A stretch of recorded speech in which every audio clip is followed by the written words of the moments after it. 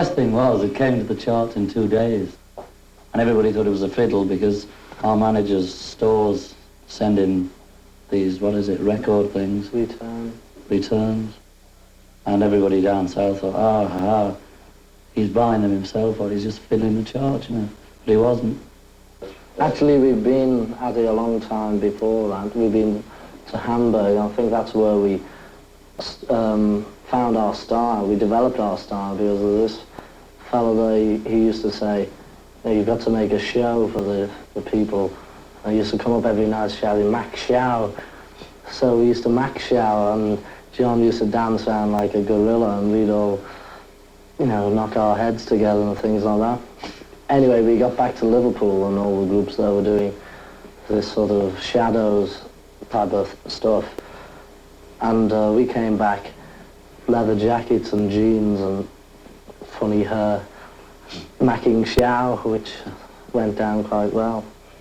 We just bought leather jackets, not for the group. One person bought one, I can't remember, and then we all liked them, so it ended up we were all on stage with them.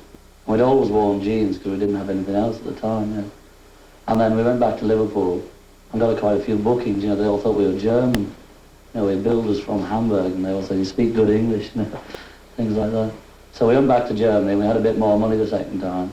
So we bought leather pants and we looked like 4 Gene Vincents, only a bit younger, I think. And that was it, you know, and we just kept the leather gear till Brian came along. It was a bit sort of old hat anyway, all wearing leather gear. And we decided we didn't want to look sort of ridiculous, just going on, because more often than not, sort of too many people would laugh. It was just stupid. We didn't want to sort of appear as a gang of idiots. And Brian suggested that we just sort of wore ordinary suits. So we just got what we thought were quite good suits and just got rid of the leather gear.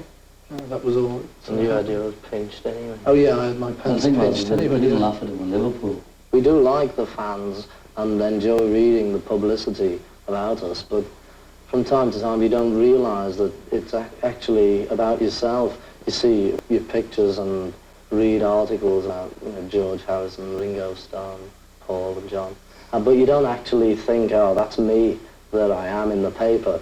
It's funny, it's just as though it's a different person. When we go home, you know, we go in early in the morning when we finish the job, and the kids, you know, they don't know you at home. But if they find out, well, where I live, they get the drums out, you know, and beat it out, because it's a play street, and, you know, there's no traffic or nothing bothering them. And once, when the boys came for me, they popped in to see me mum and my dad, you know. We had to go out the back because, you know, there's 20 or 30 outside. And they wouldn't believe me, mother, you know, they'd knock in saying, can we have their autographs? So it built up, you know, so much. There was about 200 kids all around the door, and they was peeping through the window and knocking, you know.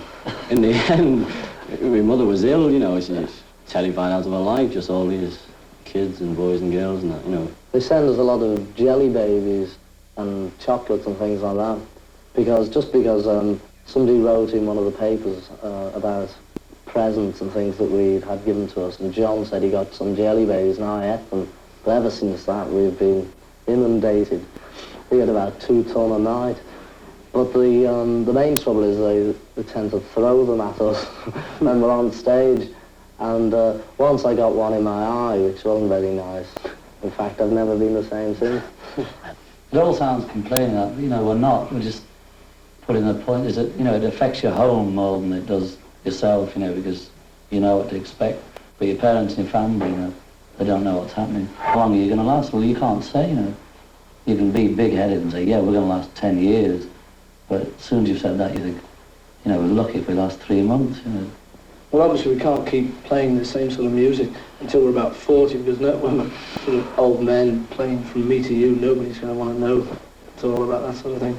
So, you know, we've thought about it, and probably the thing that John and I will do will be write songs, as we have been doing as a sort of sideline now. We'll probably develop that a bit more, we hope.